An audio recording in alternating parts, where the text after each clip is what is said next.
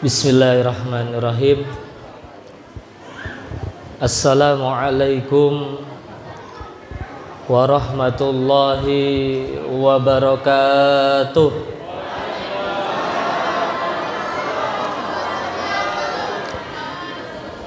Bismillahi ma sya'allah, la yasukul khaira illallah.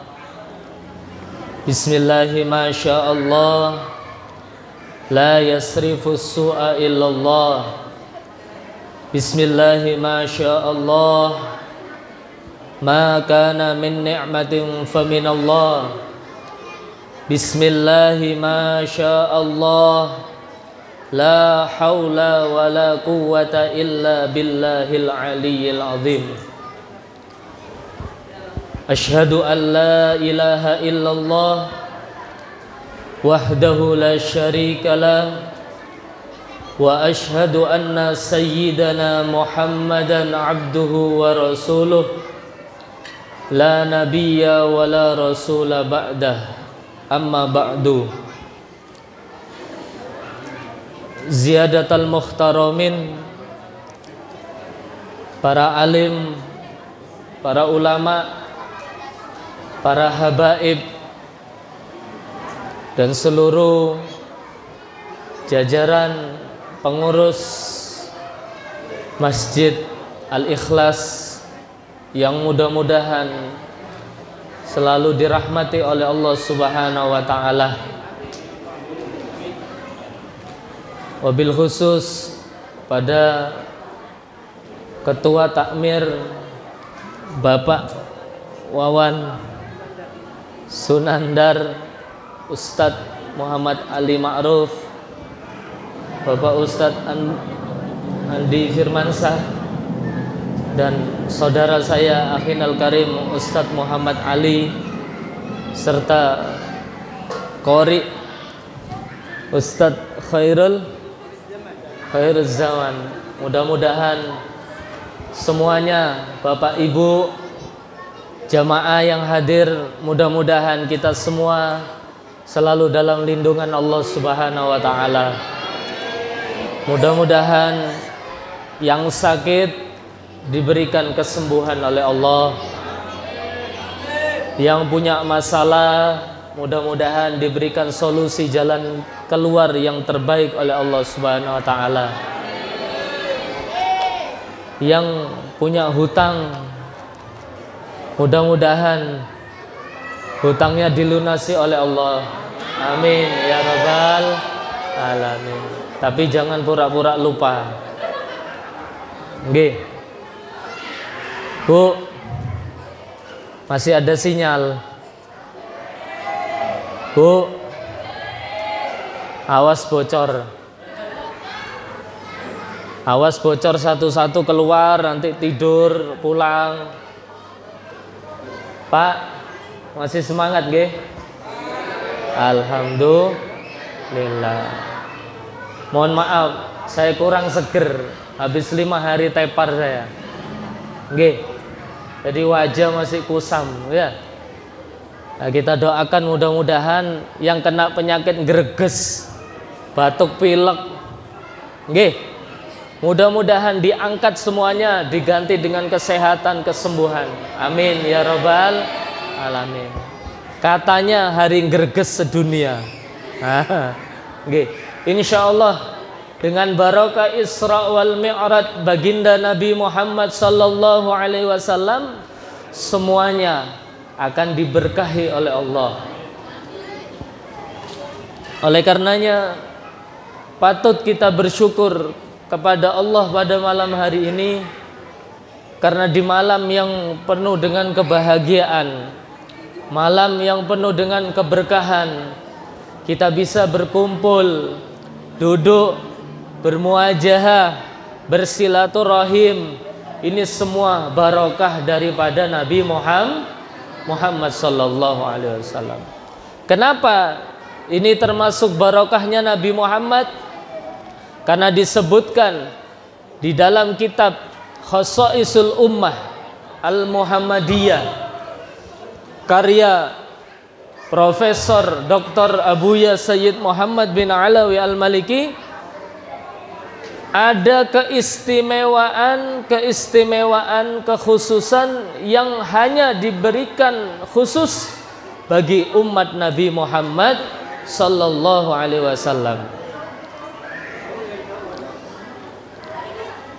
Di antara keutamaan dan keistimewaan yang khusus diberikan oleh umat Nabi Muhammad, kalau syariat terdahulu, halo, hai, kayaknya sinyalnya kurang ini. Kalau dahulu syariatnya nabi-nabi terdahulu, Bu, Pak, kapan pakaian yang kena najis, gamis, surban, mukena, abaya, sarung, celana, pakaian-pakaian atau anggota tubuh yang terkena najis, syariat Nabi terdahulu tidak cukup dibersihkan dengan air yang suci mensucikan, tapi harus dipotong, digunting. Kira-kira berat apa berat? Saya rasa mungkin tiap hari beli sarung, nggih. Tiap hari mungkin beli celana, beli baju, nggih. Tapi dengan barokah Nabi Muhammad diutus, syariat tersebut dimudahkan oleh Allah khusus untuk umatnya Nabi Muhammad. Akhirnya ada yang beli baju setahun sekali pas hari raya Idul Fitri. Alhamdulillah. Barokahnya siapa? Nabi Muhammad sallallahu alaihi wasallam. Kemudian disebutkan juga di sana di dalam kitab Khosaisul Ummah Al-Muhammadiyah, kalau umat terdahulu habis melakukan dosa malamnya, maka pagi hari pintu rumahnya itu akan tertulis Fulan bin Fulan tadi malam habis melakukan dosa ini dan itu, tertulis. Tapi bagi umat Nabi Muhammad, habis melakukan dosa ditutup rapi sama Allah. As-Sattar, Allah itu zat yang menutup. Ditutup rapi, ditunggu taubatnya, jangan ditulis dulu. Tapi ada manusia yang pede. Oh, tadi malam saya habis melakukan ini dan itu. Tadi malam saya habis ini, saya habis mencuri dan lain sebagainya. Pede. Nah, orang yang semacam ini dosanya double. Menampakkan dosa dan bangga terhadap melakukan dosa. Nah, ini. Kemudian disebutkan juga di dalam kitab tersebut keutamaan, keistimewaan umat Nabi Muhammad. Kalau syariat dahulu, syariat nabi-nabi terdahulu, Pak, kapan kalau ada wanita yang datang bulan, wanita yang haid, menstruasi, maka tidak boleh tinggal satu rumah, tidak boleh tidur satu kamar, tidak boleh makan satu piring. Bahkan kalau bahasa kasarnya harus dibuatkan rumah sendiri di luar kayak wedus. Kira-kira berat apa enggak kalau perempuan sekarang dibuat kayak gitu? Kenapa? Karena orang yang haid itu moodnya ndak bagus. Nggih napa nggih, Bu? Iya apa iya? Iya, bapak-bapak harus tahu. Jangan ibunya datang bulan tiap bulan disuruh ngepel, suruh ngangkat LPG, suruh beli galon sendiri, suruh gantiin pampers. Ada orangnya kayak gitu, Pak, Ibu? Ada orangnya di sini, Bu? Nggak ada, yang ada tempat saya, orang kilo 4, Jalan LKMD. Alhamdulillah. Tapi begitu datang syariat Nabi Muhammad, wanita yang datang bulan boleh tinggal satu rumah dengan suaminya, anak istri. Boleh tinggal makan bersama satu piring, bahkan boleh tidur bersama asalkan tidak melakukan hubungan nikah. Ini berkahnya Nabi Muhammad. Alhamdulillah, bersyukur kita. Makanya di antara kenikmatan yang terbesar, kita dijadikan oleh Allah sebagai umatnya Nabi Muhammad sallallahu alaihi wasallam.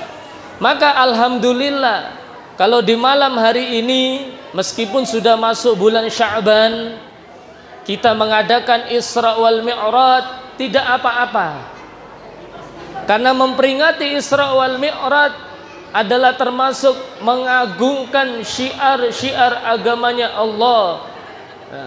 Semua yang bersandar dan bersumber dari Nabi Muhammad mulia dan harus dimuliakan. Kenapa kita pentingnya memperingati Isra wal Mi'raj? Karena di dalam perjalanan Nabi Isra wal Mi'raj banyak hikmah, ilmu, mutiara yang perlu kita ambil dari perjalanan Isra wal Mi'raj. Bisa dimulai? Halo Bu, Pak, iku anak sapa cek akene iku? Anaknya siapa cek banyak kemriyek kayak pasar? Hah? Tanggung jawab ya. Sudah pakai pampers semua kan? Nggih, tidak apa-apa, bagus. Memang harus seperti ini. Anak itu harus dibiasakan untuk ikut. Andai saja kalau anak saya tidak sakit, lemes, saya ajak Bu. Saking anak saya lemes, sama kayak saya, meriang masihan. Ya, kalau saya meriang merindukan kasih sayang.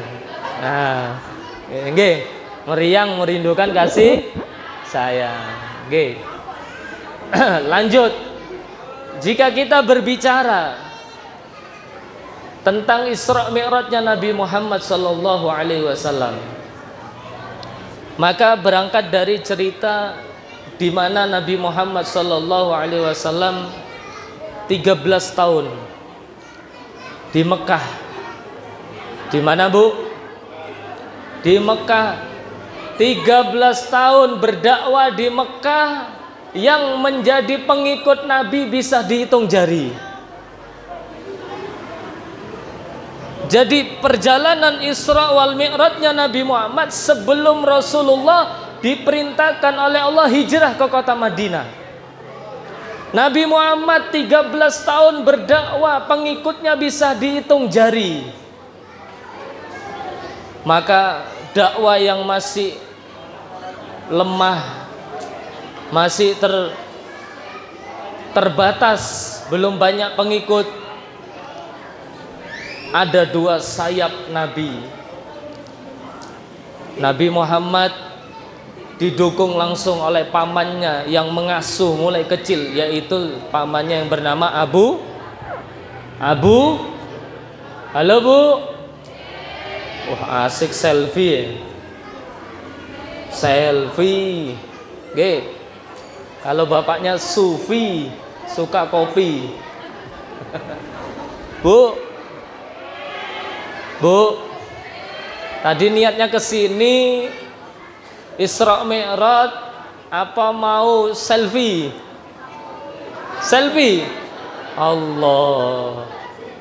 Niatan khurbanak, niatnya rusak. Nggih. Ya, enggak apa-apa, kita perbarui niatnya. 13 tahun Rasulullah, enggak ada pendukungnya bisa dihitung jari. Dakwah yang begitu, tapi ada dua sayap bagi beliau yang mendukung. Yang pertama pamannya yang bernama Abu Thalib, yang mendukung dari luar. Jika ada apa-apa yang berani menghina Nabi Muhammad, membuli, melecehkan, maka kafir Quraisy masih segan sama pamannya Abu Thalib. Tapi apa? Allah ambil pamannya tersebut. Kemudian istri beliau Sayyidah Khadijah Al-Kubra, seorang janda yang soleha, cantik, sugih, kaya raya, mendukung dakwah Nabi Muhammad dengan harta, mendukung dari dalam. Itu pun diambil oleh Allah. Maka sehingga tahun itu dinamakan Amul Huzn, tahun susah, susah. Tahun yang sangat susah. Bagaimana tidak susah? Dakwah pengikut baru berapa orang bisa dihitung jari. Kemudian 2 sayap beliau diambil oleh Allah. Akhirnya Rasulullah menyendiri, merenung. Kemudian beliau memutuskan untuk ke Taif. Dijelaskan Taif itu, kalau tidak salah mohon dibenarkan, kurang lebih 90 km lebih, kata teman-teman yang pernah ke sana. Rasulullah ke Taif untuk merubah strategi dakwah beliau. Kenapa ke Taif? Karena di Taif sumber perekonomian di situ semua, Pak. Jual beli tumbuh-tumbuhan, ya, sayur-sayuran, perekonomian berputar cepat di Taif. Sehingga Rasulullah ke sana untuk berdakwah, mengajak kepada orang-orang untuk memeluk agamanya Allah Subhanahu wa ta'ala. Tapi ternyata malah Rasulullah dilempari batu, dilempar teletong unta. Tahu teletong, Pak? Kotoran onta. Dilempar berdarah. Ya, Rasulullah tidak membalas. Sampai dijelaskan dalam satu riwayat, kaki beliau berdarah, pelipis beliau berdarah, hampir sekujur tubuh beliau berdarah. Sampai ketika ada darah yang ingin netes ke bumi, dielap oleh Rasulullah. Ada darah yang ingin netes jatuh ke bumi, dielap segera oleh Rasulullah. Kenapa? Kata para ulama, jika darah itu jatuh ke bumi, maka Allah Subhanahu wa ta'ala murka. Ya Allah, ini rahmatnya Rasulullah. Apa yang terjadi? 2 malaikat penjaga gunung Uhud berdiskusi kepada malaikat Jibril. Wahai Jibril, kata malaikat penjaga gunung Uhud, tawarkan kepada kekasih Muhammad, jika saja beliau menginginkan gunung Uhud ini aku angkat, kata malaikat penjaga gunung, maka akan aku tumpahkan kepada penduduk Taif. Tapi apa kata Nabi Muhammad? Jangan. Mungkin sekarang mereka tidak menerima ajakan untuk memeluk agama Islam, tapi aku berharap mudah-mudahan anak-anaknya atau cucu-cucunya yang menerima cahaya Islam. Terbukti dalam sejarah, Ikrimah bin Abu Jahal menjadi sahabat Nabi yang ikut membela agamanya Allah. Ikrimah, sahabat Ikrimah bin Abu Jahal. Abu Jahal yang begitu bencinya sama Nabi Muhammad, tapi Nabi Muhammad mendoakan, mudah-mudahan kalau ndak orang tuanya yang ndak masuk Islam, mungkin anaknya yang memeluk agama Islam. Terbukti Khalid bin Walid, orang tuanya ndak memeluk agama Islam, tapi anaknya Khalid bin Walid dari Taif akhirnya menjadi pejuang Islam. Begitu juga dengan ustadz-ustadz, para dai. Kalau berdakwah jangan putus asa. Mungkin bapak ibunya ndak mau ngaji, anaknya yang kecil-kecil dibina. Siapa tahu dengan anaknya ngaji, bapak ibunya mau ngaji. Kan gitu, nggih. Apa yang bisa kita ambil pelajaran dari cerita sebelum perjalanan Isra Mi'raj itu? Nabi Muhammad orang yang paling dicintai oleh Allah. Nabi Muhammad orang yang menjadi Habibullah, orang yang paling dicintai oleh Allah. Pemimpinnya para rasul, para nabi, itu pun tidak lepas mendapatkan ujian dari Allah Subhanahu wa ta'ala. Lalu bagaimana dengan kita? Kita semua ini loh, kita ini bukan nabi, bukan habib, bukan keturunannya ulama, bukan ya, bukan siapa-siapa, bukan wali, terus tidak mau diuji. Diuji, kita ini hidup di dunia harus diuji, karena memang dunia ini tempatnya ujian. Nabi Muhammad saja diuji, wujud bukti cintanya kepada Allah. Maka Nabi Muhammad pulang lagi lah ke Mekah dari Taif, sudah tidak diterima lagi. Maka di saat itulah Allah mengajak Nabi Muhammad.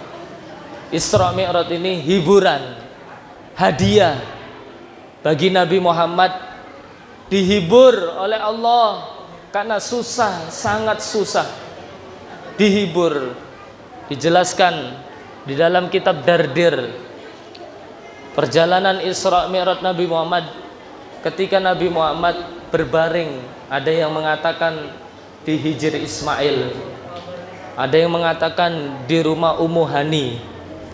Datang malaikat Jibril dan malaikat Mikail untuk membelah dada beliau, diisi dengan sesuatu, dibersihkan, diisi. Kemudian malaikat Jibril membawa makhluk ciptaannya, yaitu buraq.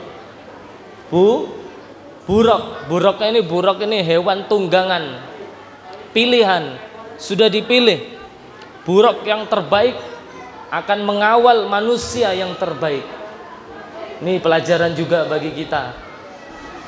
Kalau punya guru, habaib atau kiai datang ke tempat kita, atau dari Jawa gurunya, jangan dijemput pakai mobil ecek-ecek. Pakailah minimal Kijang Innova, jangan pakai Agya. Ya, Agya itu buat Maxim. Oke, pelajaran ini bagi santri alumni. Gurunya, habaib, kiainya datang dijemput di Bandara Sepinggan pakai Agya. Oh, santri tidak peka ini. Minimal pakai Alphard sewakan tidak apa-apa. Ya, jangan dijemput pakai Beat, sepeda Beat. Allah, ini pelajaran. Oke. Apalagi orang tua kita. Nah, guru itu lebih daripada orang tua. Ini pelajaran. Singkat cerita, Bapak Ibu yang dirahmati Allah Subhanahu wa taala, Nabi Muhammad diperjalankan Isra dari Masjidil Haram ke Masjidil Aqsa. Itu namanya Isra. Wal Mi'raj dari Masjidil Aqsa, setelah sholat bersama para nabi semuanya, karena rata-rata nabi itu dari golongan Bani Israel yang ada di Palestina. Nabi Muhammad disuruh ngimami. Ayo anakku, kata Nabi Adam. Tidak. Ayo anakku imam, kata Nabi Soleh. Belum, masih ada nabi yang tua, yang sepuh. Ini pelajaran juga bagi santri. Santri kalau baru datang dari pondok, jangan kemenyek. Wah, imamnya sudah tua, ganti saya. Bacaannya Fatihahnya tidak benar. Oh, jangan gitu. Pelajaran pakai adab. Pakai adab. Ya, jangan yang tua dilanggar sudah Bismillahirrahmanirrahim. Alhamdulillahirabbil alamin. Sudah pelat-pelat itu, yang tua juga harus sadar diri. Fatihahnya sudah miring-miring, sadar sendiri. Oh, ada alumni pesantren. Ayo nak, enggak apa-apa nak, sudah hasil musyawarah kamu maju, enggak apa-apa. Yang muda jangan main serobot aja. Nggih, ini pelajaran juga. Nggih. Nah, ini harus tahu diri. Nggih. Nah, ini. Singkat cerita, setelah dari Masjidil Aqsa, Nabi Muhammad kemudian diperjalankan.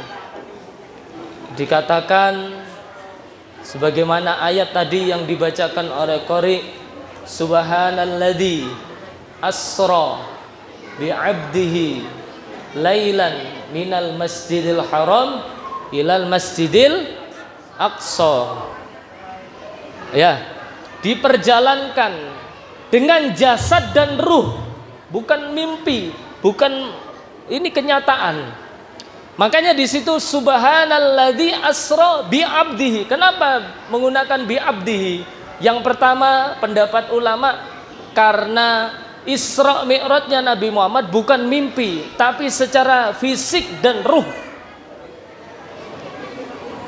Dari langit satu ke langit yang selanjutnya itu kalau dihitung perjalanan 500 tahun, Pak. Tapi subhanallah, di situ lanjutan ayatnya lailan. Lailan itu isimnya isim nakiro kalau belajar nahwu shorof. Bukan al-laila, isim ma'rifat. Kenapa pakai lailan? Li muddati qalil, karena sedikitnya perjalanan, hanya sekitar 3 atau 4 jam kata para ulama. Padahal antara langit satu ke langit yang selanjutnya kalau dihitung perjalanan 500 tahun. Tapi ini mukjizat, sesuatu yang wajib kita imani dan sudah terekam di dalam Al-Quran. Maka wajib kita mengimani peristiwa Isra wal Mi'raj. Maka bi abdihi di situ yang pertama tadi kata para ulama karena memang perjalanan Isra Mi'raj Nabi Muhammad secara fisik dan ruh. Yang kedua, kenapa tidak menggunakan bin nabi? Subhanalladzi asra bi abdihi. Kok enggak bin nabi saja? Kenapa bi abdihi? Karena ini bentuk kasih sayangnya Allah kepada kita umatnya Nabi Muhammad. Apa? Kita cinta kepada Nabi Muhammad. Kita sangat mencintai Nabi Muhammad.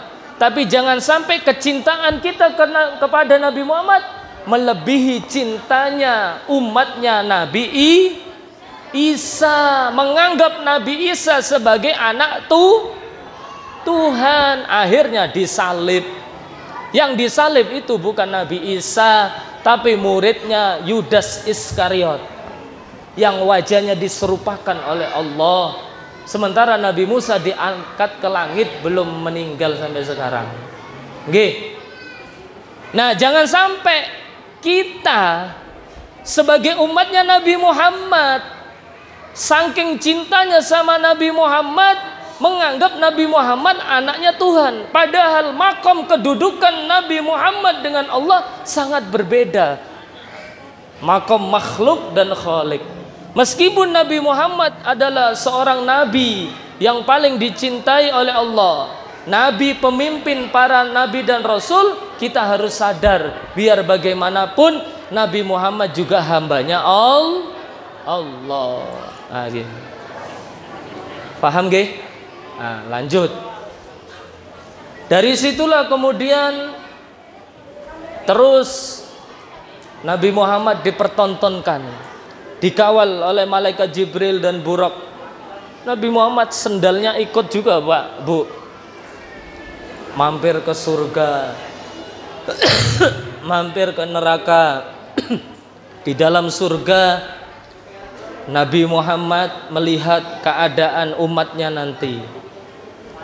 Dijelaskan di dalam hadis tersebut, Pak, Bu, pintu surga itu ada berapa? Ayo, ada yang bisa jawab? Kalau ada yang bisa jawab, saya pulang. Bismillahirrahmanirrahim.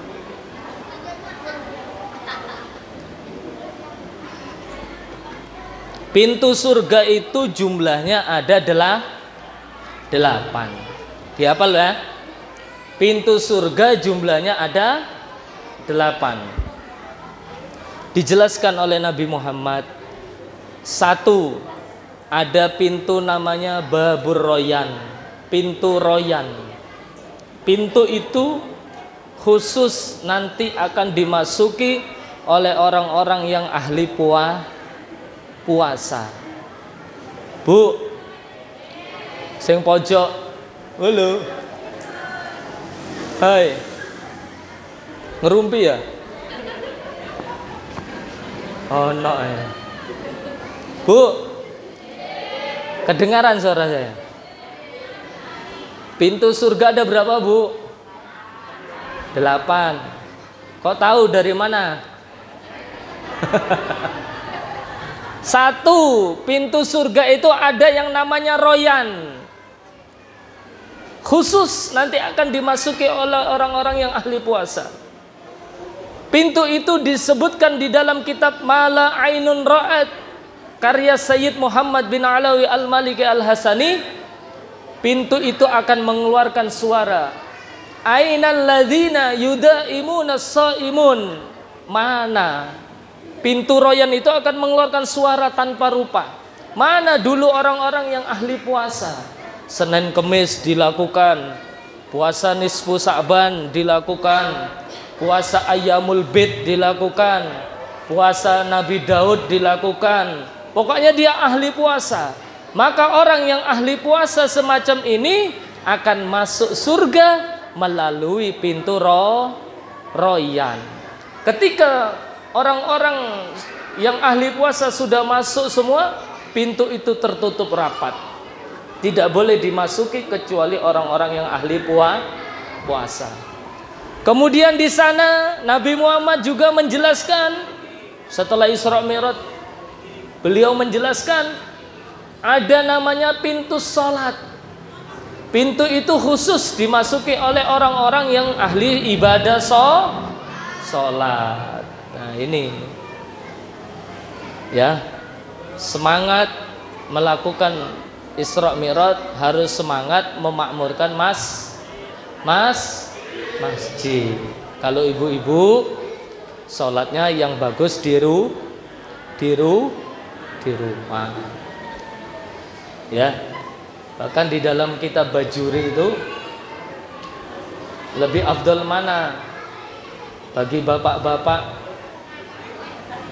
sholat di rumah sama istrinya apa sholat di masjid berjamaah? Kalau di dalam Bajuri, kitab Bajuri Madzhab Syafi'i, lebih baik sholat di rumah sama istrinya. Tapi kalau menurut saya lebih baik habis sholat di rumah sama istrinya, habis sholat di masjid baru sholat di rumah sama istrinya, nulung istrinya supaya bisa sholat berjamaah. Paham nggih? Nah, jangan sampai kosong masjidnya, nggih. Sayang, kasihan yang wakaf jariyah ini, ya. Tiap bulan biaya pembersihan, uang listrik, terus jangan sing sholat. Dan kasihan ustadznya amin sendiri, ndak ada yang ngaminin, ya. Nah ini penting, harus dihidupkan masjidnya, ya. Al masajid masani'ur rijal. Masjid ini tempat mencetak kader-kader pejuang Islam. Jadi masjid ini bukan hanya untuk sholat, untuk latihan rebana, untuk bahas permasalahan umat, RT di sini tidak apa-apa. Yang penting adabnya dijaga. Oke, nah ini sholat. Jadi ada pintu sholat yang memang nanti akan dimasuki oleh orang-orang yang ahli ibadah sholat sunnah, sholat fardu, sholatnya diperhatikan, tidak pernah bolong, ya. Orang yang semacam ini akan masuk melalui pintu sholat. Ada lagi pintu nafkah. Orang itu akan masuk melalui pintu nafkah. Ada lagi pintu sedekah, masuk melalui pintu sedekah. Ada lagi pintu orang yang suka memberi makan orang mukmin hatta yushbi'ahu. Dalam hadis itu sampai kenyang. Jadi ada pintu yang nanti akan dimasuki oleh orang-orang yang suka memberi makan orang mukmin sampai kenyang. Itu ada, Pak, Bu. Biasanya kalau habis sholat Jumat dipanggil, ayo ke rumah saya makan. Semuanya makan sampai kenyang setiap hari Jumat. Ada orang semacam itu, ya. Ada lagi pintu, pintu khusus yang mempunyai 2 istri. Ini ibu-ibu mulai gersang ini. Ustadznya bahas apa ini? Ini bukan hoak, Bu. Ini kitabnya ada di HP ini, PDF-nya ini, ya. Pintu ini khusus akan dimasuki oleh suami yang menafkahi 2 istri dari rizki yang halalan thayyiban. Adil. Adil itu tidak harus sama. Adil itu sesuai dengan porsinya masing-masing. Tapi apakah sampean sanggup menikah dua? Poligami itu butuh bakat dan takdir. Punya bakat tapi tidak ada takdirnya, ya. Ya butuh bakat dan itu nanti akan dimasukkan oleh Allah pintu khusus. Makanya 8 pintu itu perlu kita perhatikan. Kemudian ketika Nabi Muhammad menjelaskan pintu surga itu ada 8, Sayyidina Abu Bakar tanya, Pak, Bu, ya Rasulullah, saya tanya, kata Sayyidina Abu Bakar As-Siddiq, ya Rasulullah, tadi panjenengan, Rasulullah tadi menjelaskan kalau pintunya surga itu ada 8 dengan berbagai macam karakteristik, kekhususan tersendiri sesuai dengan amal ibadah masing-masing.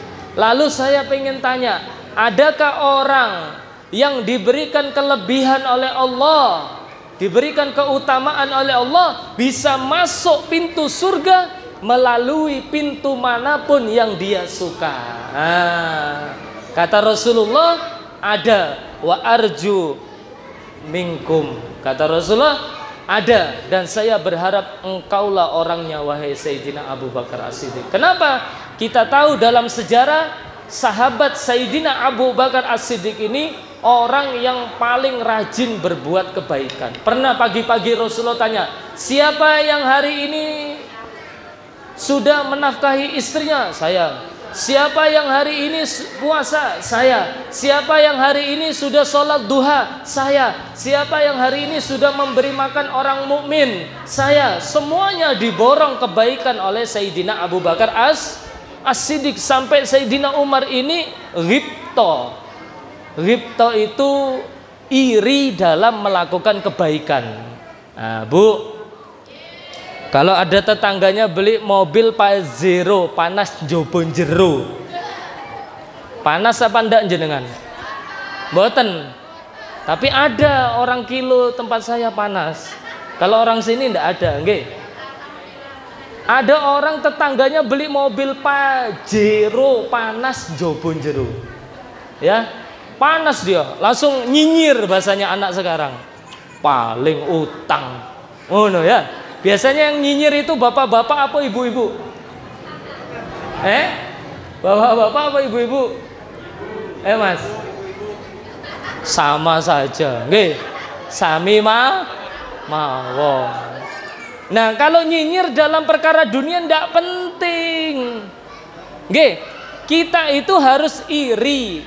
Iri dalam kebaikan namanya ghibto. Ya. Kalau panas, ada tetangga beli ini panas, nyinyir, itu hasud, itu hati-hati. Sudah ada jentik-jentik hasud, iri hati. Nah, ini hati-hati, penyakit itu, nggih. Nah, kalau ada tetangga rajin baca Al-Quran, setiap hari one day one juz. Ada orang tetangga baca Qurannya rajin, tetangga satunya sugih, suka dermawan. Nah, itu kita harus ghibto, iri, ya Allah, kapan saya bisa baca Al-Quran? Tiap hari baca Al-Quran. Ya Allah, kapan saya bisa berbagi meskipun tidak nunggu sugih? Nah, ini harus diiri. Nah, Sayyidina Abu Bakar itu semacam itu. Makanya Rasulullah berharap, aku berharap engkaulah orang yang bisa masuk surga melalui pintu manapun. Ada pintu duha, pintu royan, pintu sholat, pintu jihad, pintu nafkah, pintu tadi menafkahi 2 istri. Semuanya. Maka kata Rasulullah, apa?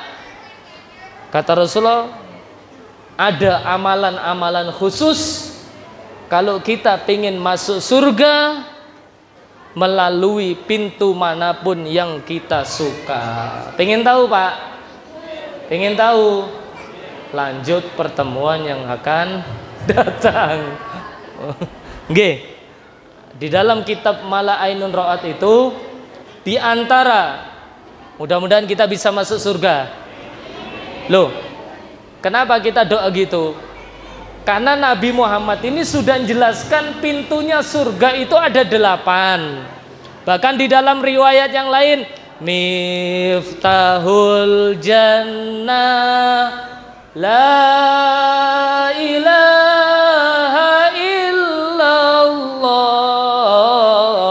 Kuncinya surga itu la ilaha illallah. Nabi Muhammad tidak pernah menjelaskan pintunya neraka itu sekian, kuncinya neraka sekian, tidak pernah. Cuma kadang-kadang pertanyaannya, manusia ini masih terlalu pede pengen masuk neraka.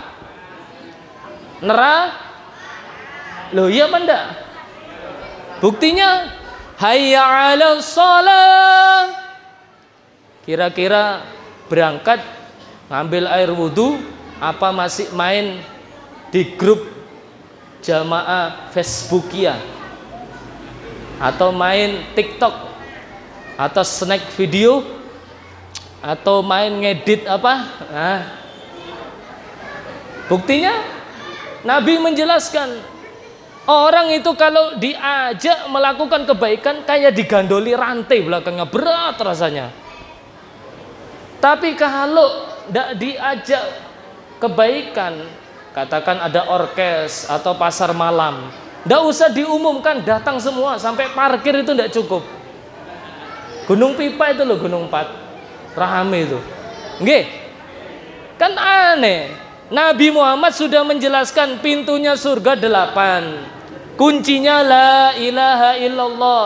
Tapi kita ini kadang terlalu pede, masih pengen masuk neraka. Naudzubillah min dzalik. Insya Allah kita semua diselamatkan oleh Allah Subhanahu wa taala. Nggih. Jadi jelas kunci itu sudah ada sama kita, la ilaha il.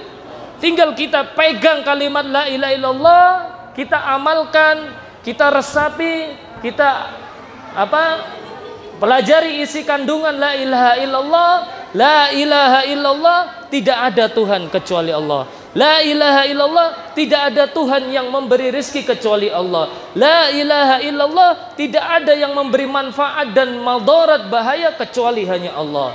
La ilaha illallah, tidak bersandar kepada pekerjaan kecuali hanya bersandar kepada Allah. Kadang-kadang ada orang sudah bergaya, oh saya sudah kerja PNS kok, sudah daftar, gaji sudah ditanggung, gampang. Itu berarti bersandarnya sama pekerjaan. La ilaha illallahnya belum kuat berarti. Nggih. Nggih. Kadang-kadang kita gitu ya. Oh, usaha saya banyak, sudah rumah makan di sana sini, punya pom bensin 2, tiap hari penghasilan pom bensin 200 juta, aman sudah ya. Nah, ini berarti la ilaha illallahnya kurang kuat. Nah, ini. Maka di momen Isra wal Mi'raj ini mari kita kembali masuk surganya Allah melalui pintu manapun yang kita suka. Lanjut hadis tadi biar sempurna ya. Di dalam hadis tersebut Nabi menjelaskan ada beberapa amalan.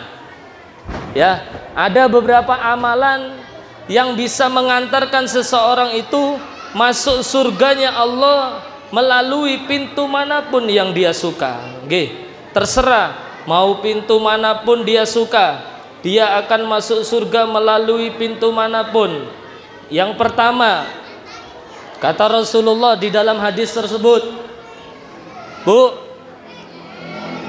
kalau kita besok pengen masuk surga, tidak hanya khusus satu pintu, tapi bisa melalui pintu nomor 1, nomor 2, nomor 3, nomor 4 sampai nomor 8 ada amalannya, gampang, tidak bayar. Apa itu? Berwudu. Bisa wudu, Pak? Bu, sudahkah wudu kita standar sesuai dengan wudunya Nabi Muhammad? Atau jangan-jangan wudu kita hanya sekedar epek selesai? Nggih. Semua harus ada standar, Pak. Jadi guru ngaji pakai metode Umi, pakai metode tilawati. Jadi guru harus sertifikasi, semuanya. Maka kita mempelajari ajaran Nabi Muhammad harus ada standar, sebagaimana juga sholat kita. Ya, Contoh, sholat kita ini kadang-kadang niatnya usolli fardhol maghribi salasa raka'atin mustaqbilal kiblati, tapi takbirnya tidak mustaqbilal kiblat, mustaqbilal kuping. Allahu Akbar. Ya apa enggak?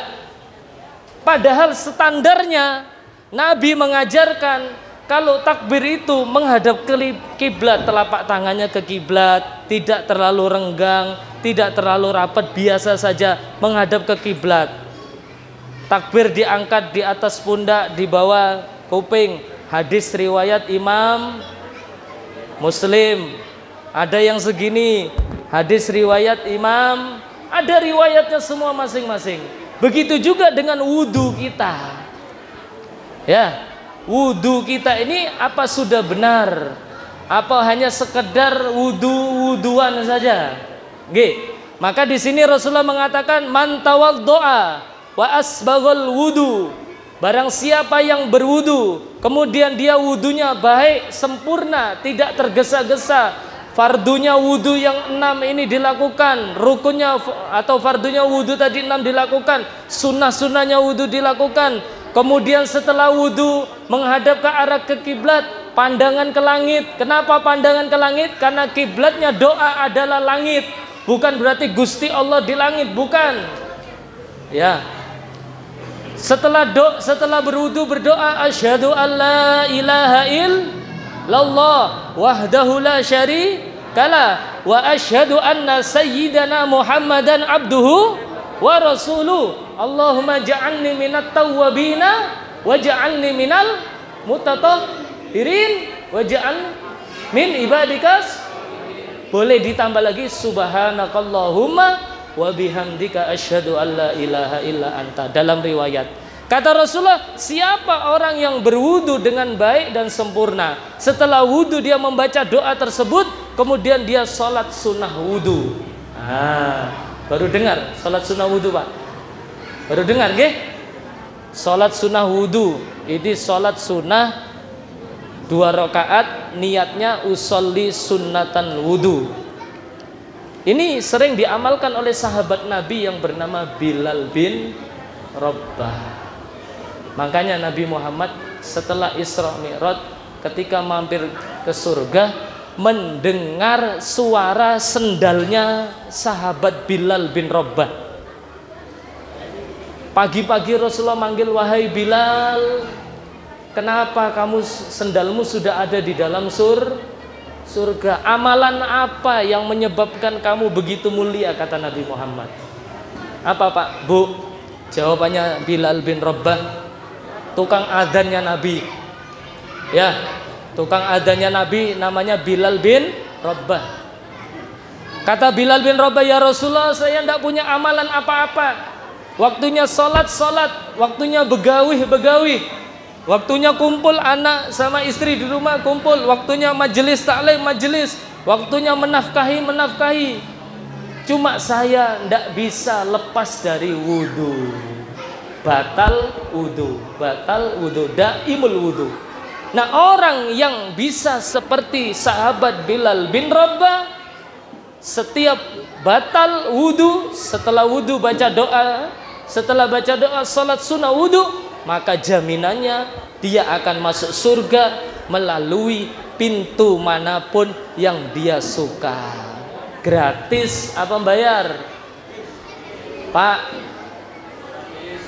saya selama di Jawa itu, Pak, yang ada itu kalau ngambil air wudu gratis. Tapi kalau kencing 2.000, mandi 5.000. Ya, cuma yang banyak antri itu, yang banyak bayar ya banyak rame. Kencing 2.000 bayar. Kenapa wudu yang gratis kok tidak diamalkan gitu loh?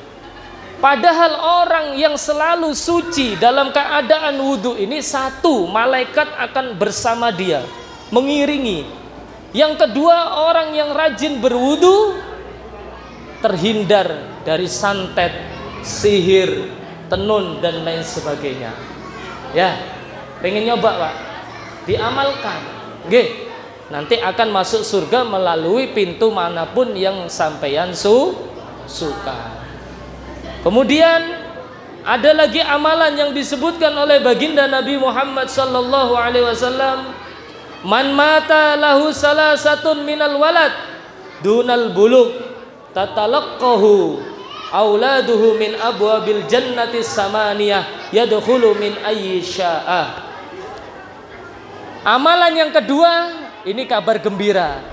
Yang punya anak meninggal belum balik, siapa orang yang punya anak 3 meninggal semua, anak pertama baru umur 2 tahun meninggal, punya anak lagi nomor 2 baru umur mau sekolah PAUD 5 tahun meninggal lagi sakit, nomor 3 baru lahir sebulan meninggal lagi. Jangan sedih, maklum manusiawi, menangis sedih tidak apa-apa, tapi jangan menggeru-geru, meronta-ronta, memukul-mukul badan, menjambak-jambak rambut, itu yang tidak boleh.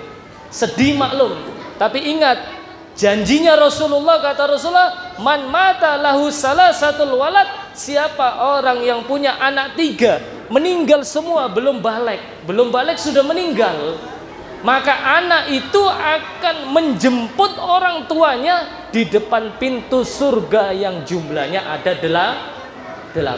Kata anak tersebut, ayo umi, ayo abi, ayo ayah, ayo ibu, masuk surga sini. Ini Ahmad sudah di pintu surga. Ini Hasan, ini Fatimah, ini Nabila sudah di depan pintu, misalnya ya. Jangan sedih, mereka sudah ada di dalam surga. Jadi simpenan bapak ibu. Tapi bukan berarti nanti dibunuh sendiri, jangan. Ya. Jangan, itu bungul namanya. Bungul banar, nggih. Ini pernah kejadian di Jombang, ada orang Jombang. Hah? Ada orang Jombang, Wonosalam. Pernah kejadian waktu saya KKN itu. Ya, waktu amal bakti santri, ceritanya warga. Ini orang belajar agamanya setengah-setengah. Mendengar hadisnya setengah-setengah. Kata kasunnya kepala dusun, ya kalau di Jawa ada kasun ya, kepala dusun. Jadi ketika istrinya mau mengeluarkan anaknya itu dijepit pahanya sama suaminya, meninggal. Katanya biar anaknya masuk surga. Yang ada sampaian yang bungul. Ya, itu keliru. Maksudnya meninggal atas kehendak Allah, bukan dibunuh sendiri. Itu berarti ngajinya ngantuk atau hadir majelisnya setengah-setengah. Itu amalan yang pertama. Yang ketiga, yang terakhir, biar ndak malam-malam. Nggih. Wal mar'atu. Nah, ini khusus perempuan. Ida salat khamsaha wa shamat syahraha wa hafadat farjaha wa ata'at zaujaha qila laha adkhulil min ayyi abwabil jannati syi'ti.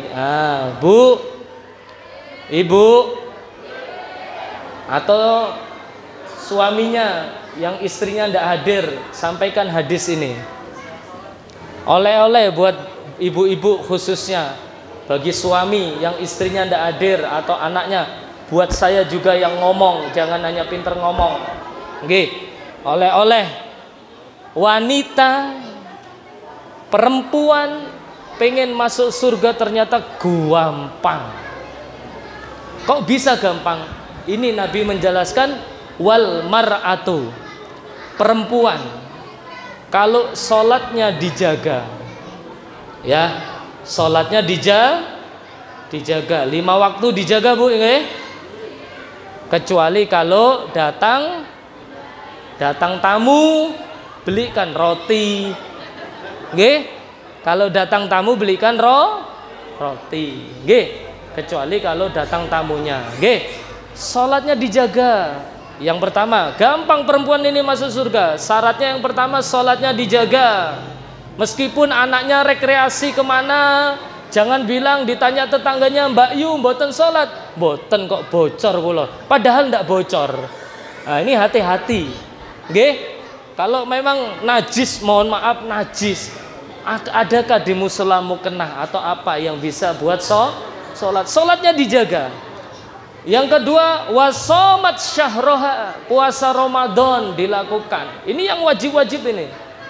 Kalau perempuan bisa melakukan ini saja masuk surga melalui pintu manapun yang dia suka. Sholatnya dijaga 5 waktu, puasa Ramadan dilakukan. Nanti kalau datang bulan 9 hari misalnya, ya belikan roti di kodok. Wa hafadat farjaha, dan menjaga kemaluannya dari perbuatan yang tidak diridhoi oleh Allah. Jangan sampai menerima tamu laki-laki ketika suaminya tidak ada di dalam rumah. Ndak ada suaminya, ada tamu, bapaknya ada, monggo pinara, malah dipinara no. Keliru bu. Ya, ngomong tutup dari korden, mohon maaf suami saya ndak ada, saya ndak boleh nerima tamu. Seperti itulah wanita soleha. Jangan malah monggo silakan duduk, tak bikinkan kopi, ngobrol. Waduh, jangan bu, nggih. Ya, jangan. Jadi sholatnya dijaga, puasanya dikerjakan, menjaga kemaluannya dari perbuatan yang tidak diridhoi oleh Allah. Yang terakhir, yang keempat, wa ata'at zaujaha, dan taat kepada suami, asalkan suami tidak memerintahkan kepada perbuatan maksiat. La ta'ata li makhlukin fil maksiatil khaliq. Tidak boleh kita taat terhadap siapapun, guru kah, suami kah, jika dia memerintahkan kemaksiatan kepada Allah. Suaminya datang kerja, ndak usah disuruh, minimal di meja itu ada minuman, itu senang. Lihat bagaimana romantisnya Rasulullah dengan Sayyidah Aisyah, ya, romantis, ya, makan sepiring. Nah kalau kita paling waktu di kuade aja makan sepiring, foto. Habis itu setelah punya anak satu, makan sate sendiri-sendiri. Saya suka sate, kamu tidak suka sana. Nah ini enggak mesti. Bu, masih suka makan satu piring sama suaminya? Beneran? Wah, sudah kenyang. Biasanya kalau kondangan sendiri-sendiri ya. Nah, coba sepiring bu. Ya, itu bikin romantis bu. Ya, Sayyidah Aisyah itu pernah diminta sama Rasulullah, ambilkan minum. Kata Rasulullah, kamu dulu yang minum. Diminum, dicari bekas bibirnya Sayyidah Aisyah. Romantis. Kalau kita kan enggak, mau jigong. Nggih. Nggih. Taat sama suami. Nggih. Karena surganya istri ada pada suami. Ya, mudah-mudahan istri saya dan ibu-ibu semua atau istri-istri sampean semua dijadikan wanita yang soleha. Ya, menjadi wanita yang enak dipandang, menyenangkan hati suami. Nggih. Amin ya rabbal alamin. Jadi gampang perempuan itu masuk surga. Salatnya dijaga, puasa Ramadan dilakukan, menjaga kemaluan dari sesuatu yang dilarang oleh Allah, dan taat kepada suami. Maka dikatakan kepada wanita tersebut, perempuan, masuk surga melalui pintu manapun yang kamu suka. Silakan, monggo, terserah udah. Nggih, paham nggih? Cukup? Al-Fatihah. A'udzubillahi minasyaitonirrajim. Bismillahirrahmanirrahim. Alhamdulillahirabbil alamin arrahmanir rahim maliki yaumiddin. Iyyaka na'budu wa iyyaka nasta'in. Ihdinas siratal mustaqim. Siratal ladzina an'amta 'alaihim ghairil maghdubi 'alaihim waladdallin. Amin. Bismillahirrahmanirrahim. Wa sallallahu ala sayyidina Muhammad walhamdulillahi rabbil alamin. Allahumma ja'al jam'ana hadza jam'an marhuman wa la taj'al min ba'dihi tafarruqa ma'suman wa la taj'al minna 'alaina sakiyan wa la mahruman. Allahumma la tada' lana dhanban ila ghafarta wa la hamman ila farasta wa la hajatan ila qadaitaha. Allahumma alif baina qulubina اللهم ألف بين قلوبنا وأصلح ذات بيننا واهدنا سبل السلام ونجنا من الظلمات إلى النور وجنبنا الفواحش ما ظهر منها وما بطن اللهم سلمنا والمسلمين وعافنا والمسلمين واعف عنا وعن المسلمين وقنا وإياهم شر مصائب الدنيا والدين اللهم أرنا الحق حقا وارزقنا اتباعه وأرنا الباطل باطلا وارزقنا اجتنابه ربنا هب لنا من أزواجنا وذرياتنا قرة أعين واجعلنا للمتقين إماما اللهم بارك لنا في أولادنا اللهم بارك لنا في أولادنا وأهلنا واحفظهم ولا تضرهم وارزقنا برهم ربنا آتنا في الدنيا حسنة وفي الآخرة حسنة وقنا عذاب النار وصلى الله على سيدنا محمد والحمد لله رب العالمين. Mohon maaf apabila ada ucapan yang kurang pantas atau menyindir. Akhirul kalam. Assalamualaikum warahmatullahi wabarakatuh.